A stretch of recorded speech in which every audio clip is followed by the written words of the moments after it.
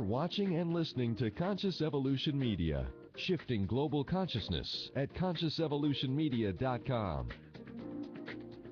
Today's podcast is brought to you by Kids Talk Foundation, a global nonprofit organization providing youth advocacy, television programming, and training services in the United States, along with comprehensive medical and educational services for the developing world, most recently in Kenya, Africa, where Kids Talk Foundation provides a feeding program, medical care, and educational services to over 1,300 young people each day. Please help our youth and place your donation. Go to www.kidstalk.org. Are you in the entertainment industry? If you answered yes and you want to promote yourself, your passion, and profession, check out Creative Independent Artist magazines at CIAartists.com. Endorsed by Kids Talk Foundation worldwide. Let's face it, unless you've been hiding under a rock, you know that everyone's talking about Facebook, Twitter, YouTube, and how to connect with clients online. Join Constance M. Drew, the Barefoot Marketer, as she helps business owners create strategic digital, online, social media, and search engine optimization marketing strategies to reach global clients while working in bare feet. Here's your Internet TV host, Constance Drew. Hello, everyone. This is Constance M. Drew, a.k.a. the Barefoot Marketer, and I'm coming to you today live from New Orleans, Louisiana, where it is actually hot and humid. So, yes, I am working in my bare feet. I know last week when I launched the show, I was actually wearing boots because it was cooler, but as I had mentioned, one of the reasons why I came up with the name Barefoot Marketer is because I normally work in bare feet. Anyway, welcome to the show. Thank you so much for joining us today. I think that you'll enjoy what we have on the agenda today. The first half, I'm basically going to take and do a recap of last week's show, which was the launch of our show, our new show. And I'd really like to thank the 1,800 live viewers that we had last week. That was phenomenal. And I really appreciate that you took your time to be with us. And I hope that you come back. I'd like to start out a little bit by recapping from last week. As I mentioned, it was the new launch of the Barefoot Marketer show. The interview was set up where Steve Toth, basically, Coach Steve took me through the first part of the interview talking about the Barefoot Marketer. And then I took the second half of the interview and spoke to him about Conscious Evolution Media. And I'd like to recap just a little bit as far as what we talked about. When I was asked why I felt like at this point in my life that I was an expert, I gave a lot of things about myself, but there were a few important areas that I left out, and I think they're pretty important to mention. And the reason why I want to do that, because I'd like to take a little time today for you to get to know me a little bit better. All good business owners know that a big factor in business is the know, like, trust factor. The know, K-L-T, know, like, trust. What I'd like to do with my show as part of our mission is for you to get to know me, hopefully like me, and definitely trust me. So part of that is getting to know someone a little bit better. And I think Steve said it very well last week on the show when he talked about, even as experts, yes, we need to be vulnerable because you kind of need to know who you're really working with. And what we mean by that is there's no one perfect person out there. We all have our challenges. We all have our journeys. And I think sometimes if we're open with that, even as an expert, and we're more vulnerable, that we might actually speak to somebody else that really needs to hear that. I'll go into that a little bit more, but one thing I just wanted to add from last week that I didn't. I earned an MBA about 3 years ago, and actually maybe a little bit longer now. And the reason why I wanted to throw that in was because even with all the years of experience that I've had and being the serial entrepreneur, for me, I felt it important to go back to school and get this degree. Now, I'm not saying every successful business owner needs an MBA, but I will tell you what it did for me.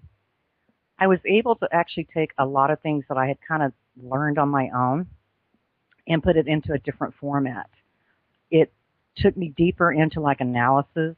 For example, one thing that I had never really done, I guess formally as a business owner, was a SWOT analysis, SWOT. And basically what that is a strength, weakness, opportunity, and threats analysis.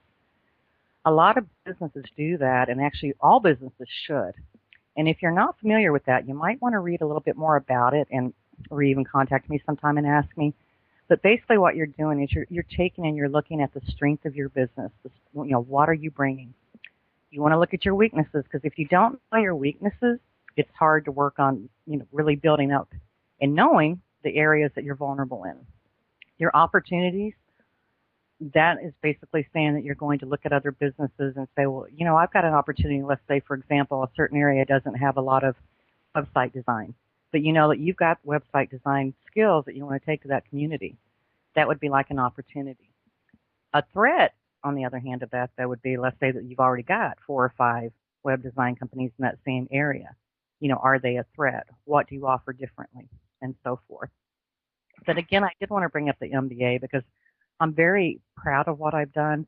It was a very hard journey for me, and I feel like I accomplished a lot. And one of the reasons I sought to get an MBA later like I did was after my coach training.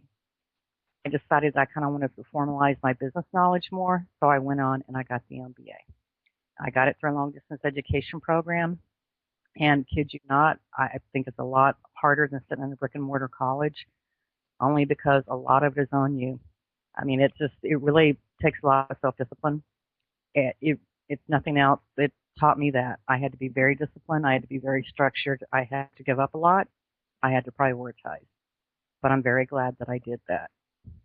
The other area that I wanted to mention that I want my viewers to understand about me is that later in life, I'm a late bloomer, as you've probably already been able to tell, is I'm actually working on a legal degree now. One of the reasons why I sought that versus a marketing program, which I started into a doctorate program for marketing. And I really kind of struggled between that because being an attorney has kind of been a lifelong dream of mine for several years. I mean, I can go back several years on that one. And I finally decided that I wanted to go ahead and grasp it. And I have to share with you that I'm almost through my first year, another long-distance program. Basically, I'm studying through Taft University out of California. Very interesting to study law long distance. But the reason, again, I kind of want to mention that to my viewers and kind of give you a chance to get to know me a little bit better is I have found in this past year with my legal studies, especially in the contracts class, it was right on the money with what I was dealing with the business. And I think a lot of times with small business owners, we tend to draft a contract. We'll take a contract from a friend. And what happened in my case was we did have an attorney draft our contracts, but I will tell you my contracts were put to the test a couple of times last year. And I just kind of bring that up because with contracts and legal studies, I was looking at it more like it can enhance what I'm going to be able to bring to the table. So when I do something like this, like studying an MBA or even my legal studies, I think I've always got in the back of my mind, though, is how can I serve people and how can I help more? So I feel like the more that I build myself, the better that I can be to you as a client. And that's one reason I wanted to bring that up. So that's just a little bit more about me that I realized, I touched on a lot of things, but I didn't touch on that. And the other area, too, I think that we didn't talk a lot about was coaching. Coaching is an excellent tool that I love coaching. And I'm going to talk a little bit more about that a little bit later in the show because I'd really like for people to understand that more. And yeah, I know it can be a catchphrase, but we're going to go into that a little bit more. Coach Steve last week was very kind and sharing with us a lot of his challenges and struggles in his 9-year journey to basically take Real Coaching Network he's taken it extremely far, very successful company, and now evolved into Conscious Evolution Media. And I really appreciated that he shared that with us. And I know I've been working hard the past week trying to promote that more. And that's what I will continue to do. I mean, I'm a firm believer in this network. I'm a firm believer in Steve. And I think that we're going to see a lot of growth this year. And it's interesting as I say that, though, that this week on Facebook, I happen to kind of notice a trend with my friends. That a lot of people are talking about transition. And I thought, how appropriate. I know a lot of times there's certain years it seems like more people are in transition, if that makes sense. But for some reason, I think 2013 has brought a lot of transition for a lot of people in a lot of ways.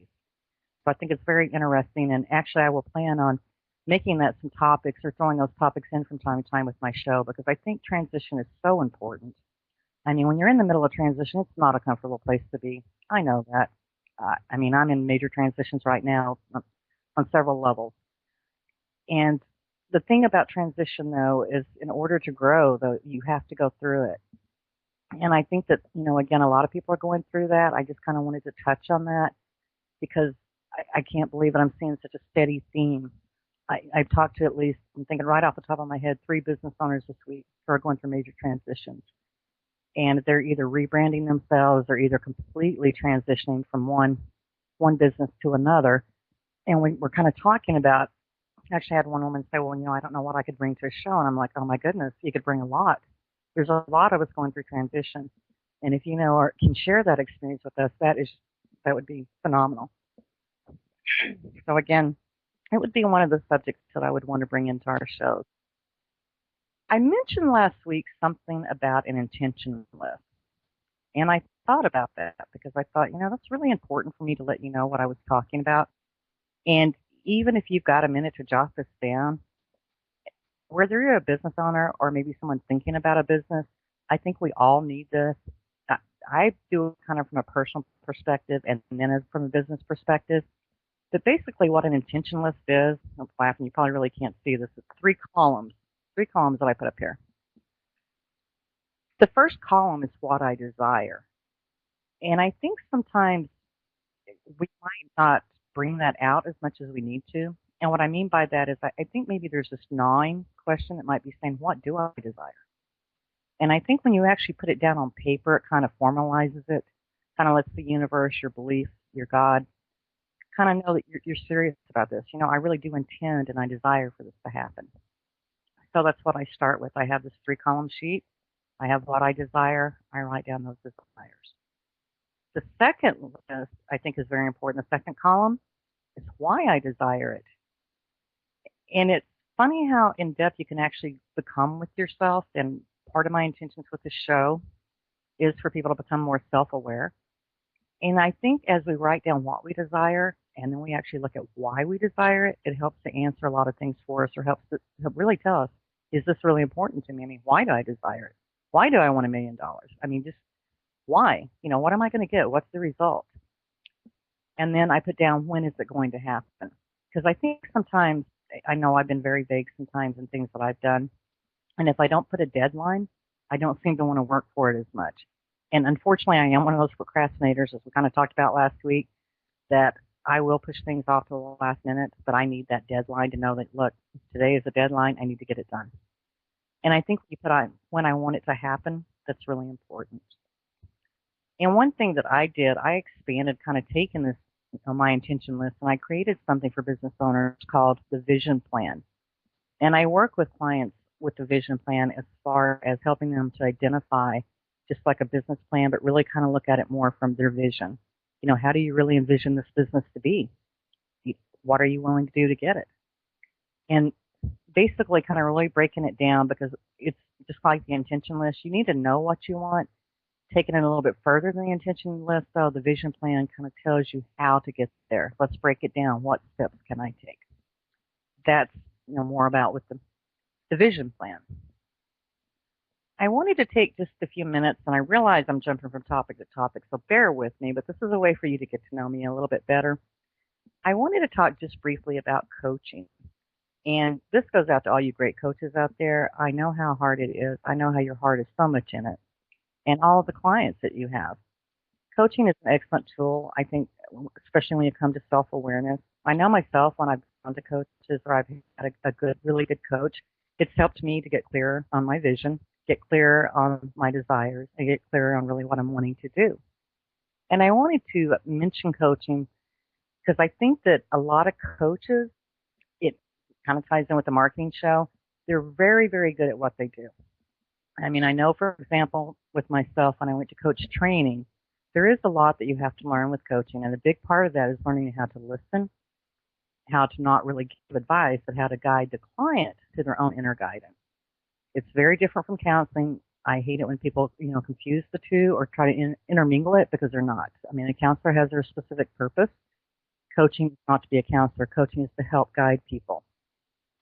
And I just found with coaching, though, with all the training and everything we went through, we've talked some on marketing, but not as much. And I think, again, to all the coaches out there, kind of understand that you are a coach, and coaching is such an important gift that you bring to the world. But if we don't know about you, we can't pick up the phone and call you to help coach us. And I think why I bring that up is, which is another intent to my show, is basically we're talking about marketing. So there's certain ways that coaches market, but I think that there's actually marketing companies that specialize just in coaching. And I mean, I know as a coach and a marketer, obviously, I have a lot of my own techniques that I use. But again, to coaches, I just kind of want to throw that out there that when it comes to marketing, sometimes it's good if you actually kind of reach out to someone else to help you with that. And I think as coaches, you'll kind of understand where I'm going with that. I did want to mention that the Barefoot Marketer is going to be offering coaching packages starting in February. Excuse me. And one thing that I really want to focus on in February is we're going to have a lot of group coaching. What I find myself, I seem to do better in a group. And that's what we're going to set up for our clients. Is basically, I want you to be able to have that synergy of a group. And we're going to have 3 different levels. And I will talk to you a little bit more about that as that develops. I wanted to throw in something, Dave, because I'd like for you to walk away today with something really solid about marketing. I'd like to walk you through web design. And what I mean by that, as a web designer, I find that we have a technical brain. A lot of times, though, when you sit down with a client and you try to talk to them about a website, if you don't know how to kind of translate that into more layman terms, it's almost like you're talking 2 different languages. So I thought today I would just briefly kind of hit upon what it is that you would, as a client, kind of need to understand when you go talk to a web designer. I mean, you're ready for that web design. You understand the importance of that presence. And there is a huge importance on the presence of a web design. But you're sitting and, I mean, maybe you've gone to certain sites and you think, man, I really like this one. A lot of times what people don't realize, though, is why a web designer will charge what they charge, which can be in the thousands and usually is for a good website, is because there's a lot of work to make everything work on the back end, so to speak, to make that web design look good. And that's one thing that I thought would be good if you kind of had an idea, let's say as a client, I want to go in, I want to have a new website designed. What kind of questions do I need to ask a web designer? So I thought that would be good information to pass on to you. And I want to kind of give you a quick checklist and just something for you to think about for those of you who are looking to have a new website designed or maybe have one that they want revamped. These are the things that are really important to a web designer and what you need to think about when you present that idea. First of all, obviously you're going to want to have your domain name. Your domain is your URL. Your URL is basically your web address. So, mine, for example, is thebarefootmarketer.net or NolaBarefootMarketer.com. Once I purchase that and I start the web design, as a designer, these are questions I ask my client. These are questions that you should be asking your web designer. How many pages do you want? It amazes me sometimes how a client will think that, they'll give me this list and they'll think, oh, this is only 10 pages. What they don't realize is it might be a 20-page website by the time we add certain links and so forth. So what I always do with my clients is I have them sit down and actually graph out or draw out the layout with the menu. What pages, is it the home, the about, the contact, it's the pages. Do you want it in columns? What's the color scheme? Again, the reason why how many pages is so important to a web designer, each page, in addition to having certain programming language that we have to do, can have a lot of configurations to make it work right. So again, I sit down with the client and I explain to them how important that design meeting is. And I think if nothing else, if you walk away from tonight understanding that when you're getting ready for a website to be built for you to be designed and developed, you really need to have a good plan.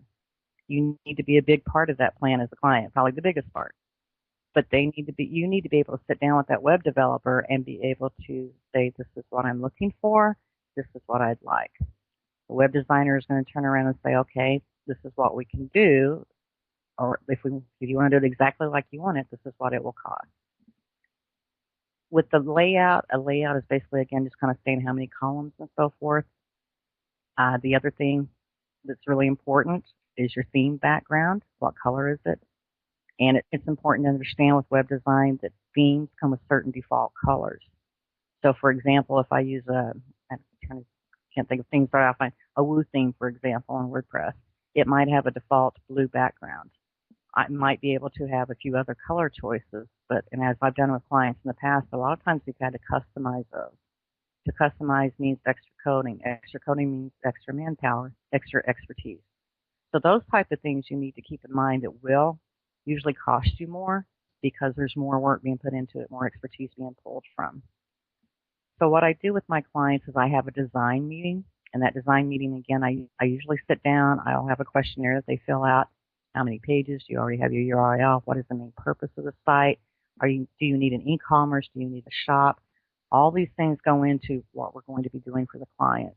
At that design meeting, I'm very clear with the client ahead of time. That design meeting is where we're going to pretty much firm what you want done. During that time, we will discuss. That's when you really want to bring up and understand what you're wanting. Make sure everybody is on the same page. The other thing that comes up a lot with me with clients is content development. Now, a website design and development pricing can be different without the content development. And what I mean by that is when you write for the web, it is different than doing just regular copy because you have search terms that you need to be using, search engine optimization you need to be using. So again, it's going to be kind of a different story for that. And as a matter of fact, trying to put that more into layman terms, I recently wrote an ebook that I'm going to offer to my viewers as a free download. If you want to go to our Facebook page, Facebook, _Barefoot Marketer, is basically called The Soul of the Web. In The Soul of the Web, I break it down into, I believe, 10 or 12 chapters, and I discuss different terms. How copywriting, writing copy for the web is different from just writing a letter. So we talk a little bit more about that. We talk a little bit more about SEO, search engine optimization. I mean, I would need a whole show just to talk about that, and I will, from time to time, throw that in there. But back to this whole, working with a website designer and developer, you need to decide, are you going to be the one that, furnishes the content? If not, be prepared that you're going to pay more for that web developer to provide the copyright. And I keep mentioning copyright. There's something I'm real picky about lately these days. And that is, I make sure that all the websites that we develop, for example, we put a copyright protection on them. And especially now with copyright, I literally had a client a few months ago who ran into an issue with this where another company, a disgruntled employee, basically copied everything off the web prior to that. So copyright is very important as well. Again, as you sit with the design meeting, decide what you're going to do, and then you finalize it, and then you start the design. So from a client's perspective, though, again, really kind of think, you can probably need to stretch a little bit out of your comfort zone. Try to think about what all you're going to need in that website and what the purpose is, and if there's certain things that you know are a must and what you can kind of do without. Then you have something called revisions after we've started. Revisions are basically when you revise that content, you revise that site. There's a lot to it. Again, when you're getting ready for website design, I just want to make sure that you put a lot of thought into it and that you ask the right questions and that you make sure that you get the answers that you're looking for. I wanted to touch briefly today on Facebook before I go in. I actually have a good question. Do I recommend hiring web designers offshore? That is a tough question, but I will answer it. What I mean by that is I personally with my business have hired designers and developers offshore. I've had good experiences and I've had bad experiences. I've also hired locally in the U.S. and ironically for me, it turned out to have probably not as good of an experience as I had with offshore. I will tell you the thing about what I would encourage you to do if you're considering hiring offshore is if you're not a real techie person yourself, try to find someone in the U.S. who is. Find a good tech person who can kind of be on a conference call with you, for example, with an offshore designer, because you want to make sure that they really understand what the technology that you want to use. And what I mean by that is, are they a PHP programmer? Do they have the programming language that you need? Communication is going to be key. And that is why I say a lot of times what I'll do is if I'm going to work, I decide that I've got a client who wants to use an offshore developer, that's what I will do either myself or a project manager will sit in on the design meetings or even like the interviews to make sure that this person has the qualities, basically the experience that we need. Very important to find out, especially I would say working offshore, is to find, you want examples, so like a portfolio. What examples of websites have they done? I take it a step further though. I contact those site owners because it's very easy for anybody to try to fool us and just say, oh yeah, I designed that website. The best way to vet them, call the owner, contact that owner and make sure. And that way that will also tell you what kind of experience they had with that web designer. Sometimes communication will be an issue. And again, that can be overcome. I mean, I've actually had great developers who didn't speak clear English, but we could communicate because they could, basically communicate in clear English, if that makes sense. I mean, the main thing when I'm hiring additional staff, I'm really looking for skill above anything. I'm looking for experience. I'm looking for a go-getter. Web design is a very tricky business. It's a lot to it, and you need to be able to have somebody who can jump in there and spend the long hours that it takes. And I can tell you from experience, there's a lot of times that we've sat here 12, 14-hour days easily, and I've been working with a team 3 or 4 o'clock in the morning trying to finish up certain parts of the web design because testing is always a huge part of that as well. So when we talk about web design, again, there's a lot to it, but I think the final product is what counts. And again, I'm kind of going to throw this in even on SEO. I saw an example today that actually I thought was very interesting. You can kind of think about, let's say you spend all these thousands of dollars for a web design and you don't add SEO, search engine optimization, where people will find you on it. It's almost like sending a letter or trying to mail a letter without postage. So you've got this document, maybe you spent 2 days trying to put together this perfect letter. You put it in an envelope, you address it, and you put it in the mailbox, but you didn't put the postage. So guess what? It's not going anywhere. Kind of the same idea with what we're designing in SEO. Another question I've got is, do I come across web designers who will do their work in software that they do not know necessarily what's best for the client? I am by no means knocking other web designers because I know we all do our best, but I do find that is actually a great question. When we sit down with a client, for example, we do really try to find out how they're going to use that website. And what I mean is, a big question for me when I sit down with a new client is, who's going to maintain this site? I mean, obviously, as a web designer, we offer those services, and a lot of times I prefer to kind of carry that out and offer that to the client because if we've developed that site, we're going to know it in and out. We're going to be able to go in and troubleshoot. I do come across a lot of times, though, that, and I think some of this goes back to techies kind of being, I mean, I know where we're at, techies. We've got our own little world that we're in sometimes. I mean, we're kind of in ether world is what I call it. I mean, extremely intelligent. We know all these languages, but sometimes it goes back to listening to the client, there might be a platform that's not as good for that client. There might be a software that's not as good, not as user-friendly. So I think that's very important when we're talking about that. And when you are talking to web designers, really be on the same page with them in the sense of, look, this is what I need. This is who will be maintaining the site for me. This is what we're going to be doing with the site afterwards. Extremely important questions to ask.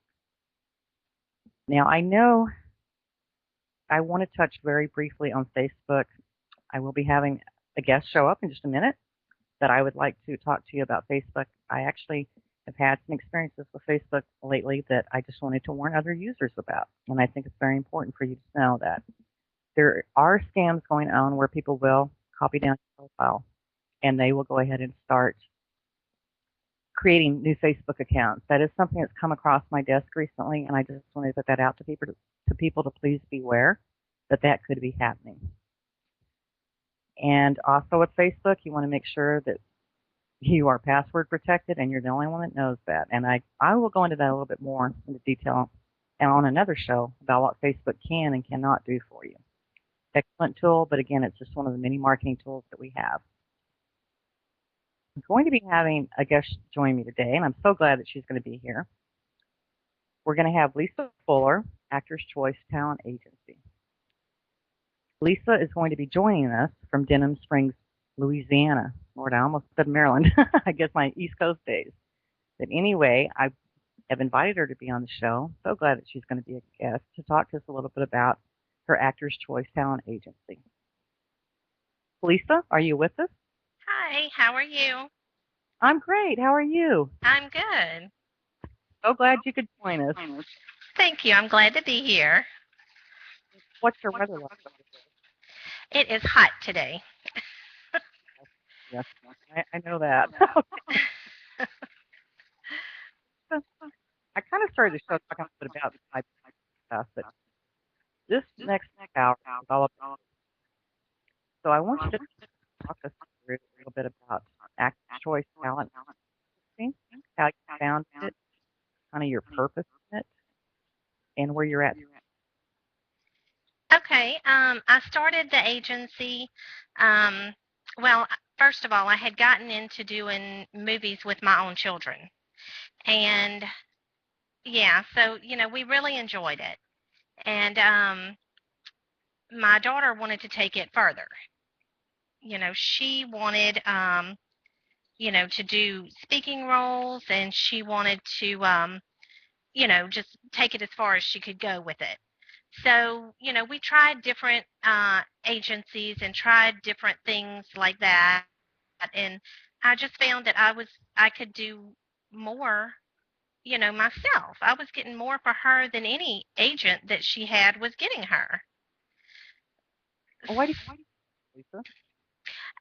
I think that it was kind of like they had so many talent and were doing so much that they didn't take the time to talk to their new talent and try to help them, in their career. So I decided I started doing some research and I said, I'm going to start my own agency. I'm going to do what I have to do because I was helping friends and family, and my kids' friends and putting all them in movies, all the time. So I had a pretty good little database doing nothing, So, yeah, so I said, well, let me see what I need to do. So I did, and I started it. It's probably been about 2.5 years ago, and it has really grown. And I help my talent. I walk them through every step of the way of what they need to do and, how to do things. If they don't know how to do something, I'll keep them on the phone until we get it done. Can you Uh, give me of that of how you would walk for it? Let's say I came to you and said, okay, I really would like to be in the movies or a movie. oh, sure. As a matter of fact, today I had a new talent call of someone who was interested. So first of all, I'll tell them, go to the website, get registered because I don't know who you are and I don't know what you look like. So those are the Right, though. yeah, so those are the most important things. I need to know what you look like and what I can do with you.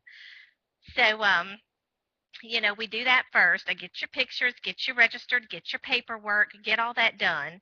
And for kids, it's a little more paperwork than it is for adults. Um, but we walk through that, get all that done. And then we see what do you know? What experience do you have? What can you do? What can you not do? You know, do what are your goals? Do you just want to do background extra work? Do you want speaking roles? What training have you had? Um, we kind of dig a little deeper and see what we need to do next. So, and then, if then we'll do something small. We'll put you in extra roles first, and see how you do with that. You have to be on time. You have to be prepared. You have to follow the directions. If you're good with that, then we'll go further. So, until you end up with the principal roles and you get a speaking role in a movie. Let me ask you a little bit about that with background actors. I mean, I know a lot of us will see like casting calls for background or extras. Now, what would be the difference in me just trying to go and do that on my own versus you help? I know you're saying step in the big process, but it's an advantage. Like if I know that I'm just looking at extras to come to you to even help me with that. Yes, you can get extra work on your own. You don't have to do that, through an agent. But for people who are brand new in the industry and don't know anything about it, extra work is a good way to start off. And what now? I'm sorry, it cut off. What happened? What usually entail as an extra? Because I know, like living in New York City, a lot of times I would see movies filmed, and I thought, boy, they're out there all day and night. What does an extra do? I mean, what is it like for an extra? Yeah, it's not easy being an extra. I have a lot of respect for anybody who wants to do extra work because it is a lot of you have to hurry up, get there on time. Yeah, that's the most important. Get there on time and arrive prepared, with your options of wardrobe. And then you get there and then you have to follow the directions, as far as like filling out paperwork and do everything they tell you to do.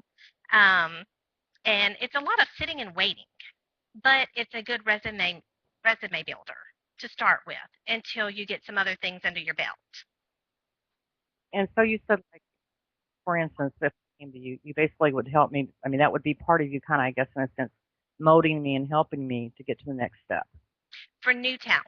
But if people already have experience with extra work, like that's why I talk to them to see what experience they have. If they already have extra work experience, then we can skip that step completely. Then we'll just go into start submitting you for principal roles. What training have you had? Let's see you audition. Let's see a demo reel. Let's see what you can do. Now, do most of the actors that come to you, do they already, and I have to mention this as marketing, do they already have websites set up, or is that something you encourage them to do? Because I think you mentioned something like a demo reel. Where would I find a demo reel? Right. Most of my talent do not have a website. So what I have recently started doing, if you've looked at my website, you'll see that it's under construction still. What we are working on is kind of creating each talent their own page. They can't edit it or anything. We have to edit it for them. But when they get like, a demo reel or an audition that they've done that they did really well, that they did a video audition, if they want to put it on the website, I can, and it's a page like when you first pull up the page, like you'll pull up the women section, for example. You click on one of the women actors, and then it'll pull up her own page that has nothing on that page except her. And then there's a place where you can click and see her resume as well. And it's up to her to keep her resume updated. She can go in and update that herself. But as far as the pictures and the links and the videos and stuff like that, the web designer has to do that for her. But it does sound to me like an actor trying to get into, and coming to you would actually be at an advantage to come to you versus trying to, not saying that, of course, being a web designer, yeah, I'd like for you to create your own website, but it sounds like you're taking care of a need for people there. Right, because they don't have to, they don't have to pay for it and create it and do it themselves. It's already done. I just add them in on my page. Now, there is a charge, to be on the website, but of course, I was watching you earlier, and of course, that's what you were talking about. It costs to have that kind of stuff done, and the coding and the writing, and I don't know, I don't understand all that. That's why I have to pay somebody to do it. Well, it's very time consuming, so you're wise to pay somebody to do it too. So, right. And do you find, I mean, I've got to throw this in a little bit, and then I'll kind of get back a little bit more to what we were talking about. Are actors, let's say, on an average, tech savvy? Or being the creatives, is that something that they're kind of probably not as connected to, so to speak? Some are really tech savvy and some are not. The ones that are, of course, they have the smartphones where we can, get their emails on the phone. They can text message. They can, uh, um, go to the internet on their phones. They can do everything from their phones. And then I have some that don't even have text messaging. So, so I have from one end of the spectrum to the other. Okay. But it almost sounds like you are like a full service, definitely a full service agency trying to help these actors get into. Absolutely. Absolutely. And now I know you said you've been around for about 2.5 years. And do you have a preference? I know you said you started more with the children actors. I mean, do you have more of your clients for children? Is there more of a mix, more male, more female? No, I guess I do have more female children. So I do need more male children. I can always use male. And also the African American teenage male boys are the hardest to come by.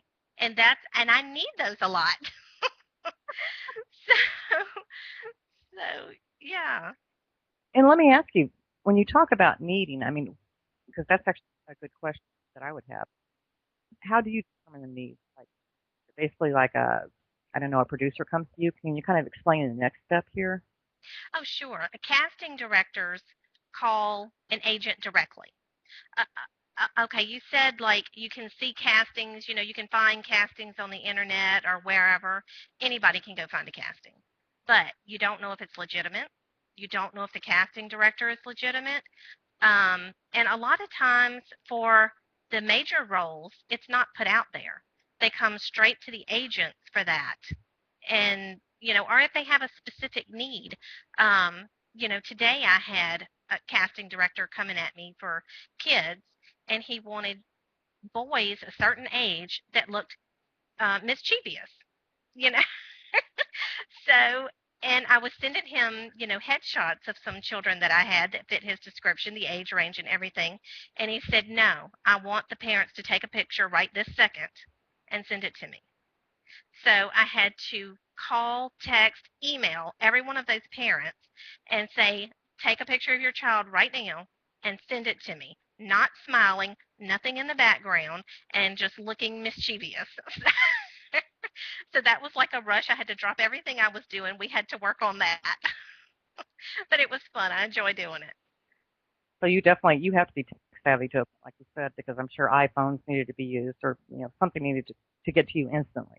Oh, definitely, definitely. And that's important for the talent. They have to be able to, yeah, get me the pictures right away.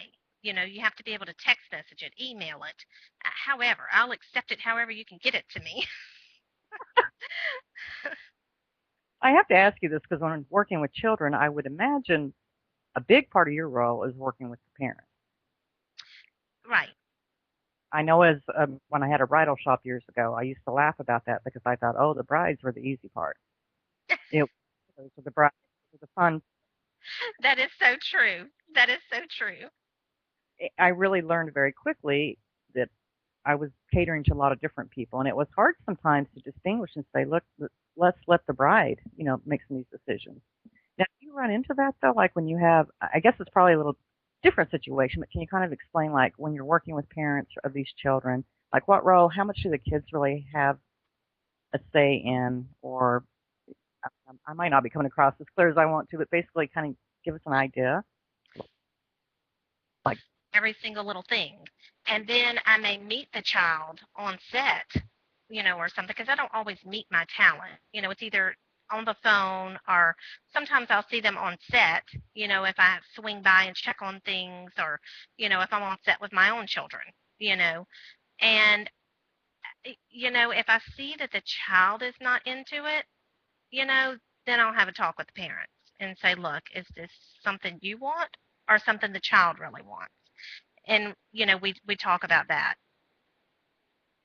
I can imagine at times it can get touchy, but it sounds like, again, I can imagine that you have a role to kind of help facilitate, which is what it sounds like. So you're probably facilitating like with the children, with the parents, with the casting directors, and so forth. Right, right. It is a lot of organization and, making sure everybody's on the same page and everything. If you were to name one growth, and I wouldn't stretch you out of your comfort zone, and I won't do that, but if you could say one thing that probably you learned throughout the past 2.5 years with your business, what would it be that you feel like probably stretched you the most? Kind of, That stretched me the most.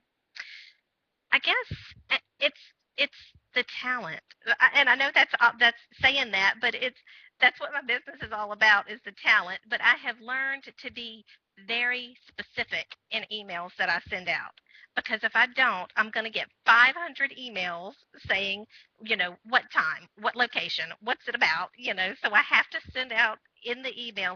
I don't know the time yet. I don't know the location yet. This is all I have. would be what you're saying, right? I'm sorry, I was cutting out again. I know. I had a little bit of a cutout there earlier too, but still being more specific. Right, right. Being very specific about what I'm looking for, what we need, what's going on, that kind of stuff. I'm going to ask this because a lot of times I'm going to mention like a business on purpose. Like what purpose was that? When you first started this business, if you could say like, this is what I envisioned, this was like what I really wanted, my desire, my passion, what would you say it was when you started your agency? To help other people. So, they wouldn't have a harder time as I did whenever I first started. Because the entertainment industry, it is a very cutthroat business. Um, you're going to find very few people that are willing to help you or offer you free information. People always want to try to scam you, to sell you something that you don't need, or tell you have to have all these expensive, super expensive photo packages and stuff like that that you don't need right away. Or you may not need that super expensive package. You can get the same thing from a great photographer, that doesn't charge near about as much as the super expensive photographer charges. So I try to help people. I don't have like I don't endorse any specific photographers or anything like that, but I do have a couple of friends that are photographers that don't charge an arm and a leg. And if people ask me, I will give out their numbers and send them to them. But I don't require people to have their pictures made by a certain individual. As long as you have good, clear pictures that I can work with, it's fine. I don't care who takes them. So I want to step back a little bit then, because you said you kind of wanted to help people not go through some of the things you did. Can you give me an example of something you went through that you are trying to help others not go through? And I know you gave the photography example, which is a good example, but can you give me another one? Um, we went to this when my daughter first decided she wanted to get into acting and modeling and that kind of thing. We went to this very expensive school. And this school was supposed to help her get into modeling, get into acting, and they made all kinds of promises, and it sounded great. So we spent a fortune on this school. We went through the entire school. And after the school, then they said, okay, well, you've graduated, but you need this big, huge, expensive photo package that you have to travel out of state for this one particular photographer and have pictures made with him. So we did that. We followed all the rules, all the directions because I'm a rule follower. So I did what I was supposed to do. But we didn't need any of it. We didn't need any of it. I do believe in training, but there's a way to get training without having to go to some big expensive school like that to get that type of training. There's individual instructors, that teach small classes that don't charge thousands of dollars for you to go to their classes, and you get great instruction, probably better than what you get at one of those big schools because you're more one-on-one, with your instructor. You could be more personable, ask them questions. They can critique you with some constructive feedback. So I do have a few instructors that I know are very reputable that I work with that if my talent asks, I will refer them to them, but I don't force that on them. It sounds like you're a wealth of information.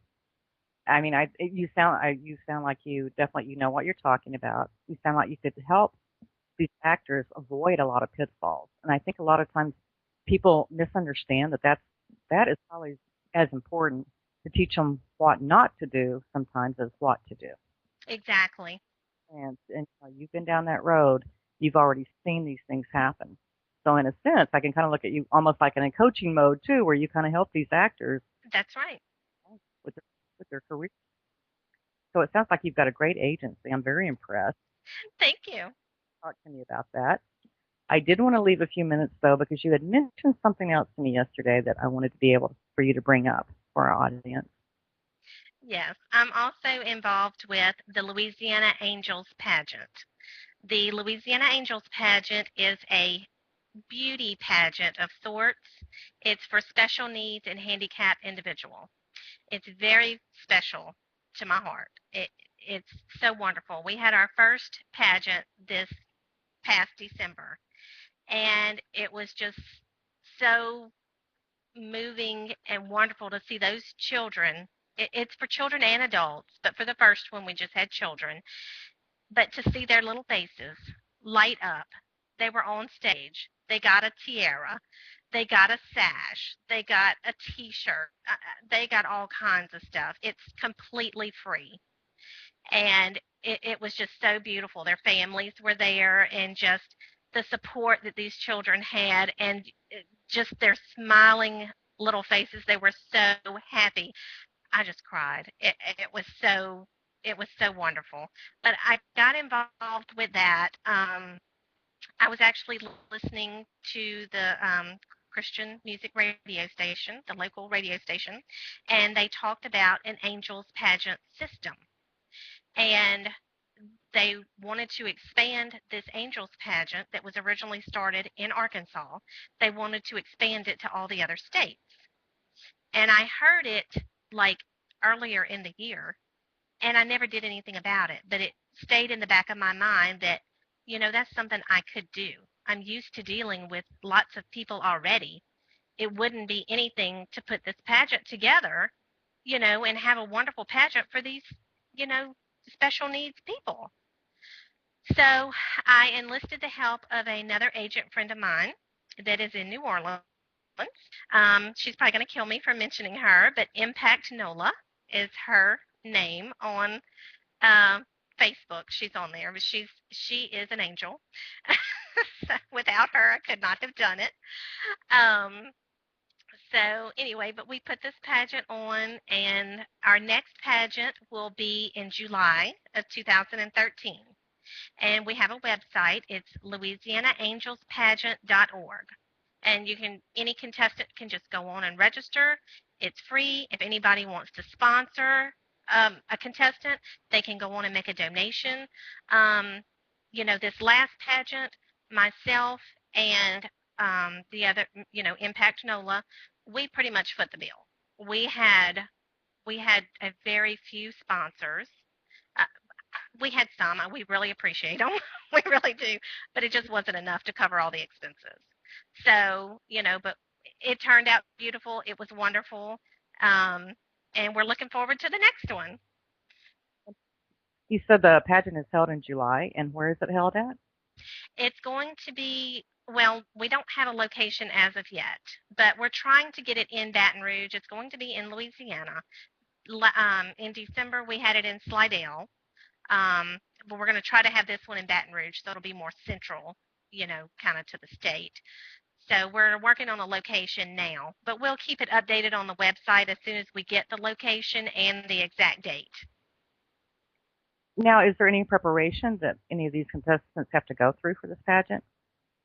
Oh, no, they don't have to do a thing. And also, we have a place that will donate dresses for the adults to wear in the pageant, like a pageant dress. But a pageant dress is not required. They can just wear Sunday best or whatever they have. We're just there for support, to have a good time, to give the kids and the special needs adults, to just give them a day to be treated like the king and the queen that they truly are, because it's for girls and boys, and we just want to appreciate them and let them know that we do think they're special.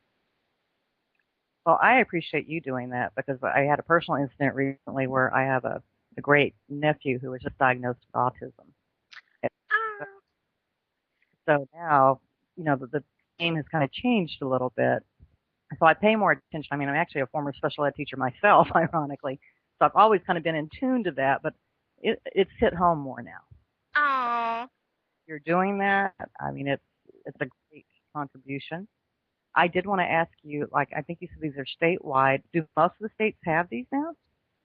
Yes, there is about, I didn't look it up off the top of my head, but there's probably about 7 or 8 other states that are doing it now. But that is listed. If you go on the website, louisianaangelspageant.org, there is a link for the Angels Pageant System page, and that tells you all the states that are involved. And more states are added all the time. As they get someone to be the director of the pageant in that state, they'll add it on the website. And I guess you are the director for the state? That's correct. To grow. Appreciate it. Okay. And how are you marketing? You know, I'm going to have to throw this in here. How are you marketing that? I know you have the website. Do you have a Facebook page for it? Yes, we do. We do have a Facebook page. Actually, we are lacking in that area for the Angels Pageant. So we need to step up our marketing quite a bit. We did reach out to the Parents Magazine. They have a special needs section, and we reached out to them, and they did put something in there for us for our last pageant. And in preparing for our last pageant, we ran across some great organizations that I didn't even know anything about. They have Families Helping Families, and those are all over. So I reached out to all of them, and there's quite a few organizations. I saw an autism organization. We reached out to them. We reached out to the Special Olympics people. So I think this year is going to be a lot better, because now we have more. We're just learning more, and the special needs people that were in our pageant, they had some great ideas as well, and were some great, influence in helping us get the word out. Oh, I think that's great. I think you've come a long ways with it. Again, I applaud you, and I think the marketing, if you're looking for volunteers, I'm sure that we could probably throw something your way and help a little bit. So, that would be awesome, because we do need all the help we can get. We will take any volunteers that are willing to help, because we can always use volunteers. So, and we tried to get on the local, like, news channels to have, like, do a morning, the morning show, their little talk segment or whatever. And we were very surprised that we didn't get the reception from them that we expected. Sometimes you just have to keep at it. I know that. So we are coming down to the end of the hour. So I'd like for you to give us a quick spiel again about where we can find you. The different websites you have, Facebook, Twitter. Okay, you can go to www.actorschoicetalent.com for the talent agency, and you can go to www.louisianaangelspageant.org for the special needs pageant to register for it. Well, I thank you so much. I appreciate it. I've enjoyed this. I would like to thank my viewers tonight. I'm really looking forward to really making this a household name, The Barefoot Marketer. And Lisa, thank you for being on the show. You can watch us on Living Conscious. Oh, my goodness. Now I've got to look at my own notes. Sorry about that. So Thursday night at 4 p.m. Pacific Time, 5 p.m. Mountain Standard Time, 6 Central Standard Time, and 7 Eastern Standard Time on www.consciousevolutionmedia.com is the live stream. You can also go to my website at NolaBarefootMarketer.com to find out more about the Barefoot Marketer and the services that we offer. And again, I thank you very much, and have a good evening. Thank you. I enjoyed it. Thank you.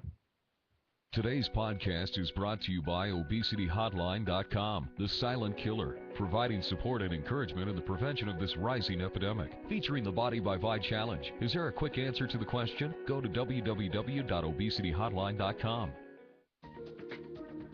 You're watching and listening to Conscious Evolution Media, shifting global consciousness at ConsciousEvolutionMedia.com.